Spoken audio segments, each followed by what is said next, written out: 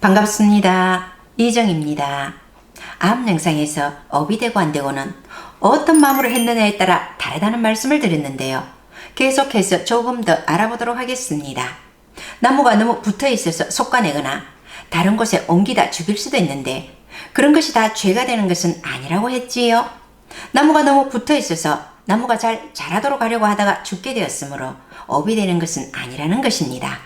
저도 시골에 와서 살며 정원에 있는 나무가 너무 번창할 때 나뭇가지를 좀 자르고 싶어도 나무를 괴롭히는 것 같아 처음에는 전정을 잘 못했습니다.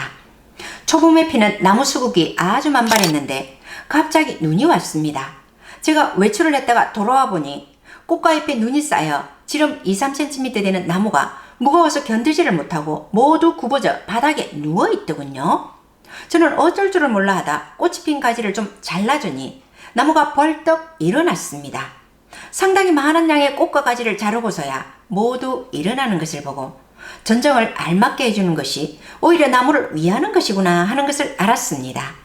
사람이나 동식물이 똑같이 귀한 생명체이나 영성이 높은 사람이 동식물의 진화를 도와줘야 한다고 했는데 바로 이렇게 해서 나무가 진화할 수 있도록 도와주는 것이구나 하는 것을 알았습니다.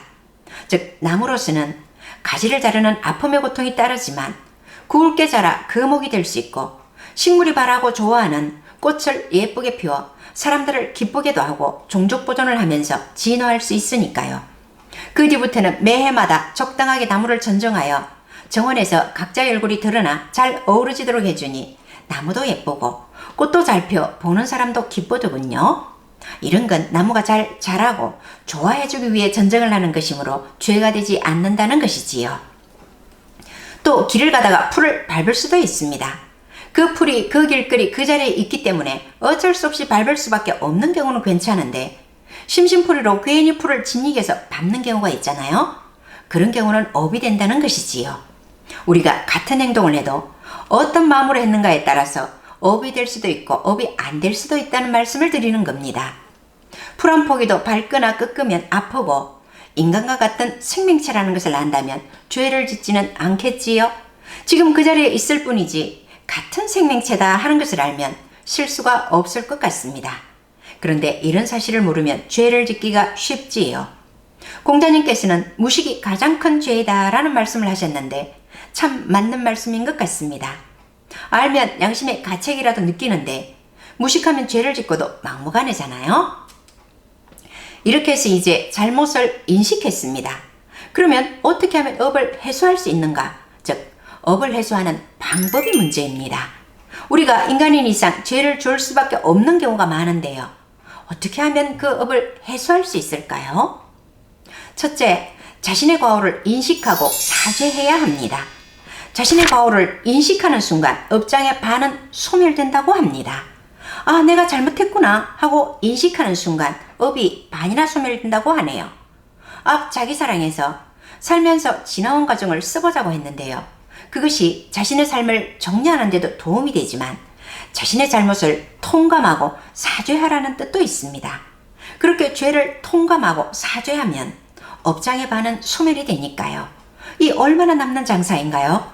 지나온 삶을 정리하면서 마음도 가벼워지고 업장까지 소멸시키니 이보다 남는 장사는 없을 것 같습니다. 안 해보신 분은 살면서 지나온 과정을 이번 기회에 꼭 한번 써보시기 바랍니다.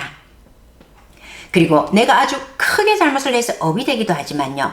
사소한 일이라도 상대방이 마음이 상해 그것을 품고 있으면 업이 된다고 합니다. 그러니까 그런 걸 느꼈을 때는 아무리 바쁘더라도 그걸 해소하도록 해야 합니다. 만날 수 있을 때는 만나서 대화로 푸는 것이 가장 좋다는 말씀 드렸지요? 다시 말씀드려 상대방과 직접 푸는 것이 가장 좋다는 말씀입니다. 다른 쪽으로 기회를 내서 업을 푸는 것보다는 훨씬 가볍고 확실하게 해소할 수 있습니다. 예를 들어서 아는 사람을 길에서 만났는데 다른 곳에 신경을 써느라 그랬거나 눈이 안 좋아 못 알아봐서 인사를 안 하고 지나쳤다가 한참 가다가 알았다. 그런데 상대방은 보고도 아는 체도 안 한다고 오해를 해서 다음에 만났는데 약간 냉랭하다. 이렇게 냉랭하다는 것은 마음에 품고 있다는 뜻이거든요. 그러면 얼른 알아채고 아, 지난번에 길에서 만났을 때 다른 생각하느라 못 알아보고 지나쳐버렸다. 미안하다. 이렇게 말하면 상대방도 아, 그랬냐며 풀거든요. 이렇게 생각날 때마다 자신의 과오를 인식하고 직접 푸는 것이 가장 좋다는 말씀을 드리며 다음 영상에서 계속하도록 하겠습니다. 구독과 좋아요 눌러주시면 큰 힘이 됩니다. 고맙습니다.